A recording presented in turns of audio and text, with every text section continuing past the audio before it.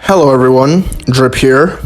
For a very long time, the terms canon and non-canon have been thrown around casually in the Dragon Ball community, and many people seem to have a misunderstanding of the relationships between things like games, movies, etc., and the quote-unquote main continuity. In this video, I will attempt to show a preponderance of evidence on what we should consider canon in context to Dragon Ball. This video will be making use of objectively stated facts and logical opinions. Before we continue, if you're new to the channel, be sure to like and subscribe and turn on the notification button so that you never miss a single upload.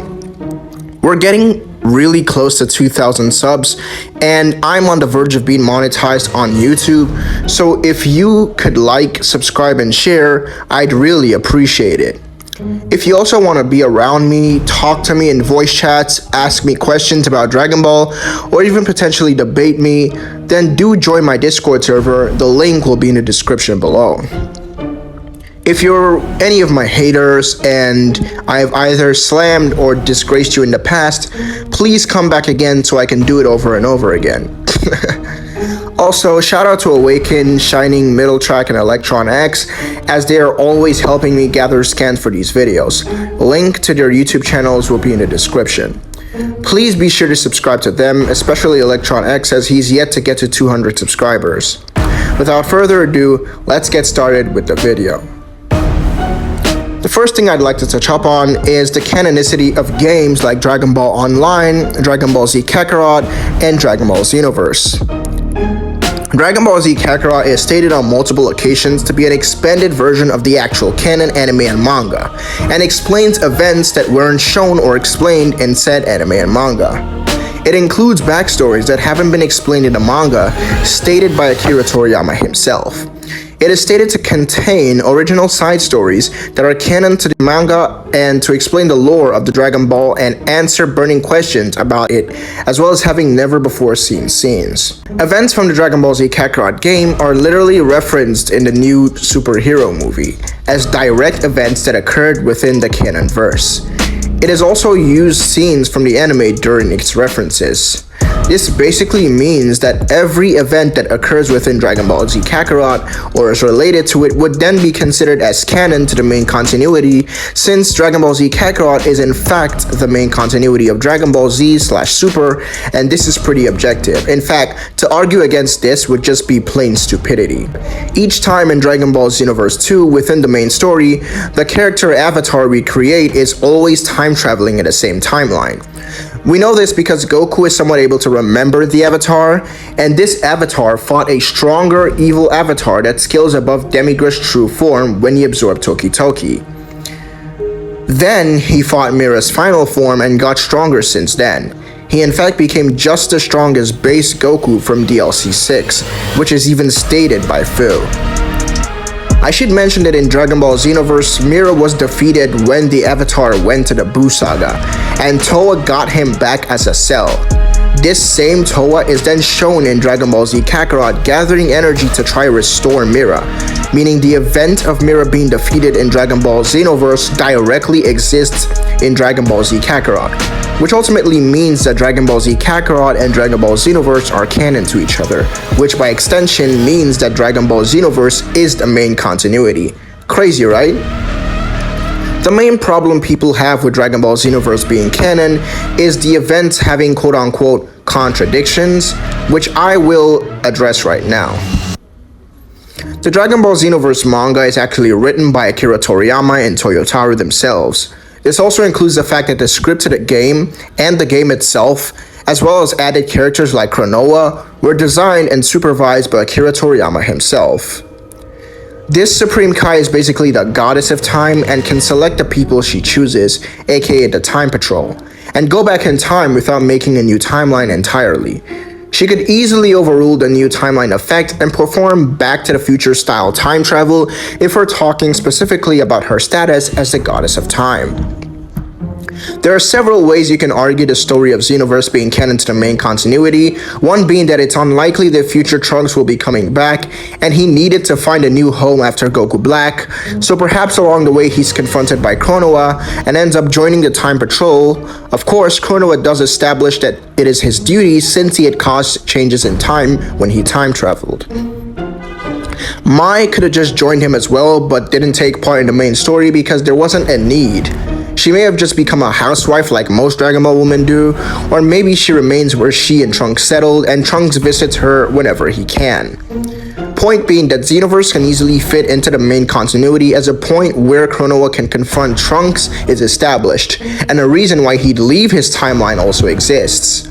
The only potential plot holes are Mira and Towa's death and Mai's presence, but do note that Toriyama often forgets people, and while Mai came second, you can easily cover that with my aforementioned points regarding Mai. As for Towa and Mira survived being obliterated in Xenoverse 1 and could probably do it again in Xenoverse 2. Therefore, Towa would survive, and whenever Mira regenerates or whatever, he could release her. Also, when Mira died in Xenoverse 2, a large purple orb appeared in his place mid-blast. He could have possibly sent himself into the dimension that Bardock dragged him into earlier, or a third possibility. The timeline in which they fought is in fact unknown. If we recall, Mira successfully took over the Earth in Dragon Ball Online timeline, which I'll touch upon later. Perhaps Xenoverse 2 is showcasing the end of his reign and Mira finally being killed once and for all in the timeline he ruled. Xenoverse could easily fit as the original story to Dragon Ball Online, as both heavily revolve around time travel and showcase the two big bads, Towa and Mira.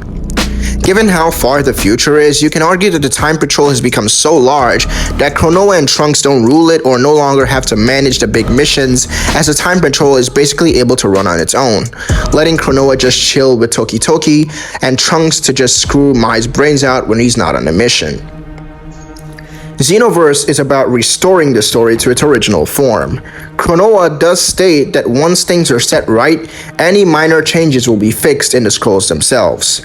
That's why in Xenoverse 2, Goku and the others never fully remember you popping up. This shows that Xenoverse can exist in the canon story of Dragon Ball Super without changing or contradicting any established canon events. The so-called contradictions don't really hold any water in terms of declaring Xenoverse is non-canon after just a little bit of reading, as is stated in Dragon Ball Online that the very nature of time travel had changed. While there are an infinite amount of timelines in Dragon Ball, time travel no longer works on multiverse theory in Dragon Ball. In that sense, the contradiction is therefore resolved. While there is an infinite number of timelines caused by how time travel worked previously, well, Xenoverse is what is going on with that right now. Dragon Ball Online is basically a game created by Akira Toriyama, and in this game, characters like Fu, Timebreaker Bardock, Towa, Mira, and Chronoa are all present, meaning the events of Dragon Ball Online occur in Dragon Ball Xenoverse and Dragon Ball Z Kakarot, and is canon to Dragon Ball Super as a result. It's even stated to occur in a world 250 years after the current canon manga, around the time that it came out.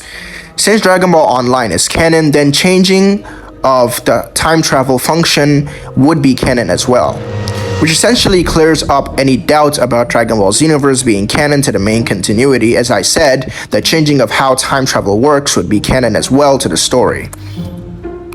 To add to this, there are several instances of it being stated that characters in the game are directly from Dragon Ball Super. Dragon Ball Breakers is also stated to share the exact same universe as Xenoverse 2, making it canon to the main continuity. Now we're entering into the category of canon crossovers, so if you aren't already subscribed, go ahead and subscribe now before we continue. 3, 2, 1. Alright, now that you've subscribed, let's keep going.